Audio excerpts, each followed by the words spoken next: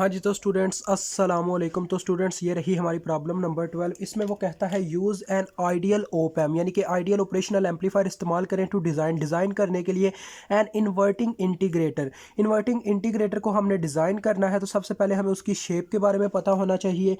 तो आप सबको पता होना चाहिए उसकी शेप क्या होती है। उसके अंदर स्टूडेंट्स हमारे पास सबसे पहले रजिस्टर लगा होता है। आप इस तरह से याद रख सकते हैं, इंटीग्रेटर मीन्स ये इंट से शुरू हो रहा है, तो मतलब इन, तो इसका मतलब है इन्वर्टिंग इंटीग्रेटर का मतलब है इन्वर्टिंग के साइड पर रजिस्टर लगा होगा।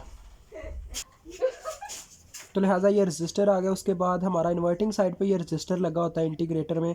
आपको इनकी शेप्स याद रखनी चाहिए। डिफरेंशिएटर और इंटीग्रेटर में क्या फ़र्क होता है, ये चीज़ अगर याद हो जाए तो इंसान कभी भी मार नहीं खा सकता ओप एम के चैप्टर में।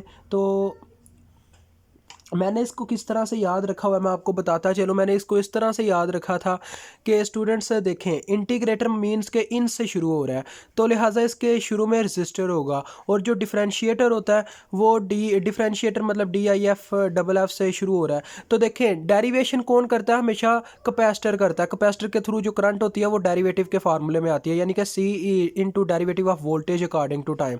तो लिहाजा उसके केस में शुरू में कैपेसिटर होगा, यानी ये रजिस्टर की जगह कैपेसिटर होगा। तो मैंने इस तरह से इन्हें अपने माइंड में रखा हुआ है। अगर आपको ये फार्मूला अच्छा लगा हो तो लाजमी रिव्यू दे के जाइएगा। यहाँ पे हमारे पास V0 होगी, ये कैपेसिटर होगा, ये रजिस्टर होगा और ये ग्राउंड होगा, और यहाँ पे हम इनपुट वोल्टेज देते हैं। तो ये मेरे पास फार्मूला आ गया जी, मतलब वो शेप आ गई। आगे पढ़ते हैं, वो कहना क्या चाहता था। वो कहता है विद एन इनपुट रेजिस्टेंस, यानी ये इनपुट रेजिस्टेंस आ रहा है, इन है ये, तो कितनी देता है वो 10 किलो ओम।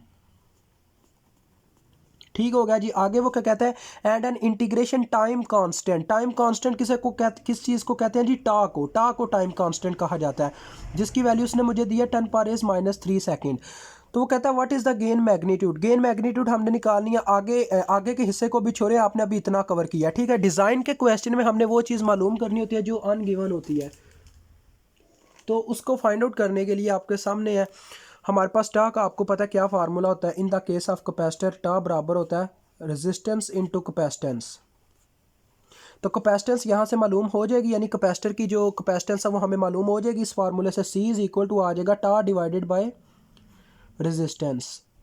तो वैल्यूज पुट करें और कैपेसिटेंस मालूम कर लें। टा कितना जी, 10⁻³ है, और ये है 10 किलो। तो ये आ जाएगा 10 माइक्रोफैरड, क्योंकि ये 10⁻³ ऊपर बनेगा, और नहीं 0.1, सॉरी 0.1 माइक्रोफैरड, 0.1 माइक्रोफैरड। ठीक हो गया जी। अब ये हमारे पास कैपेसिटेंस आ गया, हमने डिज़ाइन कर लिया। डिज़ाइन का पास इतना ही काम होता है, अनगिवन चीज़ों को हमने मालूम करना होता है इन दोनों में से, मतलब रजिस्टर और कैपेसिटर वगैरह जो भी होते हैं। तो आगे अब चीज़ को पढ़ते हैं। वो कह रहा था what is the gain magnitude. Gain magnitude क्या होगी, कब, मतलब क्या होगी, and phase angle of this circuit. और फेज एंगल भी हमने मालूम करने हैं एट 10 रेडियन पर सेकेंड और एट 1 रेडियन पर सेकेंड पे। दो जगह पे हमने फेज एंगल मालूम करना है, 10 रेडियन सेकेंड और 1 रेडियन सेकेंड पे। तो सीधी सी बात है, आपको एक चीज़ बताता चलूँ, इसका जो फेज एंगल होता है वो 90 डिग्री तक ही होता है, मतलब इसका थीटा जो है वो 90 डिग्री होता है, ठीक है। थीटा इसका 90 डिग्री होता है। आपने यहाँ पे ये फिक्रा लिख लेना, for an ideal integrator phase angle is, ठीक है। एक आइडियल इंटीग्रेटर के लिए फेज एंगल ये होता है, फॉर आइडियल इंटीग्रेटर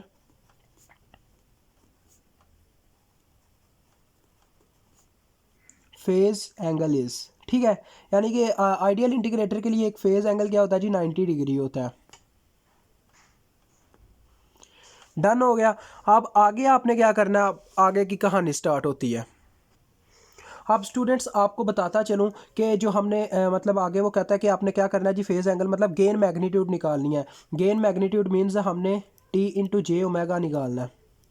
इसकी लैंग्वेज में, मतलब कि स्टूडेंट्स इसकी लैंग्वेज में ना जो गेन होती है ना, AV जिसे हम कहते होते थे, इस लैंग्वेज में हमें टी से इसे प्रेजेंट करना पड़ता है, जो कि इसके बराबर होती है V0 into J omega divided by V in into J omega.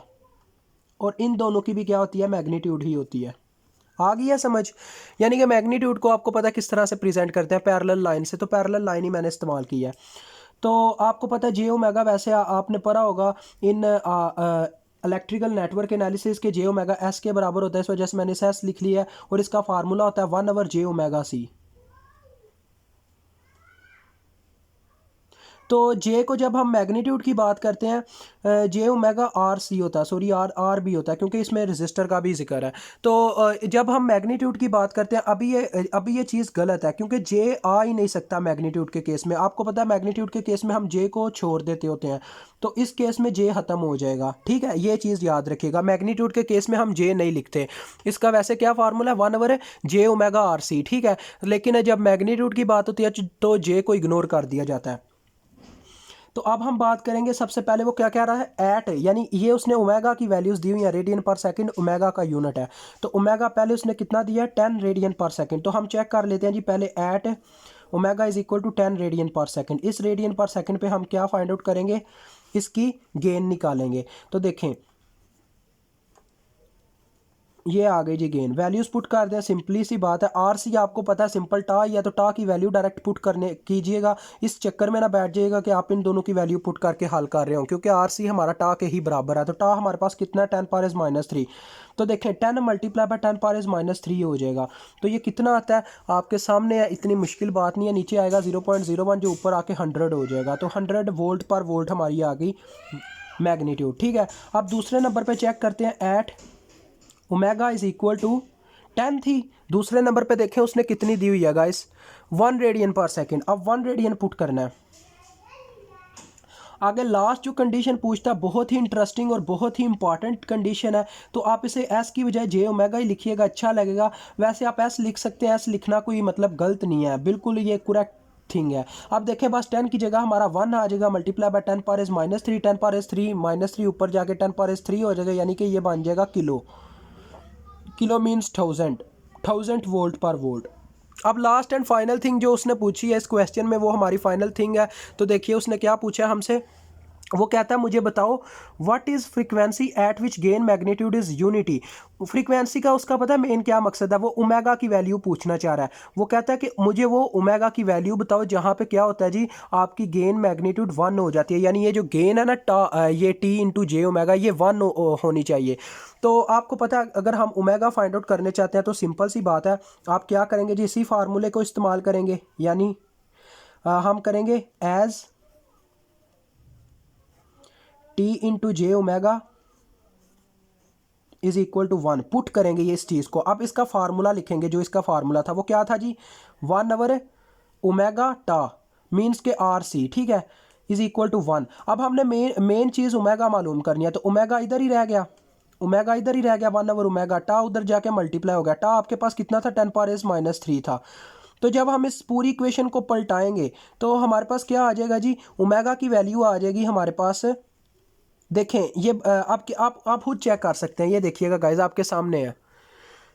जब अब दोनों तरफ से जब इक्वेशन को पलटाया जाता है ना, इसके बटे में 1 है, ठीक है, तो ये क्या होगा जी, देखें इस तरह से होगा कि यहाँ से ये ऊपर चला गया, यानी ये पूरी इक्वेशन पलटेगी ऐसे, ये ओमेगा ऊपर गया, इधर से 1 ऊपर चला गया, 1/10 पावर -3 आया। तो इसका क्या मतलब है, 1000, यानी इसने ऊपर जाके 10 पावर -3 हो जाना। तो 1000 रेडियन पर सेकेंड पे हमारी क्या होगी जी, जो यूनिटी गेन है वो मतलब गेन यूनिटी हो जाएगी रेडियन पर सेकेंड, 1000 रेडियन पर सेकेंड पे। यानी कि जितना ओमेगा उसने 10 रेडियन पर सेकंड दिया तो 100 आई है, ओमेगा उसने 1 रेडियन पर सेकंड दिया तो 1000 आई है। अब देखें अगर हम चाहते हैं कि आपको ये समझ आ रही है, अगर जितनी हम मतलब ओमेगा की वैल्यू बढ़ाते हैं उतनी गुना हमारी जो यूनिटी है वो कम हो जाती है। तो ओमेगा की वैल्यू अगर हमने 1 लानी, मतलब कि हमने यूनिटी 1 लानी है, तो हमें ओमेगा की वैल्यू 10 मतलब कि उससे 3 टाइम्स बढ़ानी होगी 10 से। तो 3 टाइम्स का मतलब है 1000 करनी होगी, तो आपका काम डन हो जाएगा। इतना मुश्किल नहीं है, आपको बस लॉजिक समझना, इतना मुश्किल नहीं था, ये क्वेश्चन बहुत ईजी था। इंशाल्लाह मिलेंगे अगर ज़िंदगी रही स्टूडेंट्स तो नेक्स्ट वीडियो में। अल्लाह हाफिज़, अस्सलाम वालेकुम।